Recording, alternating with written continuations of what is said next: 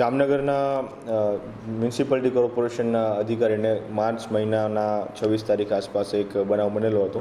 તેમાં એક જે વ્યક્તિ છે તેજસિંહ ઉર્ફે દીપુ વાલજીભાઈ પારિયા, તેમના દ્વારા એક ફાઇલ ક્લિયર કે જે એક ઇમ્પેક્ટ ફી બાબતની ફાઇલ હતી, એ ફાઇલ ઇલીગલી ક્લિયર કરાવવા માટે ધાક ધમકી આપેલી હતી, ગાળાગાળી કરેલી હતી, જાનથી મારવાની ધમકી આપેલી હતી, તેમજ ખંડણી માંગી હતી અને ખોટા કેસોમાં ફસાવી દેવાની બાબતની પણ એને વાત કરેલી હતી.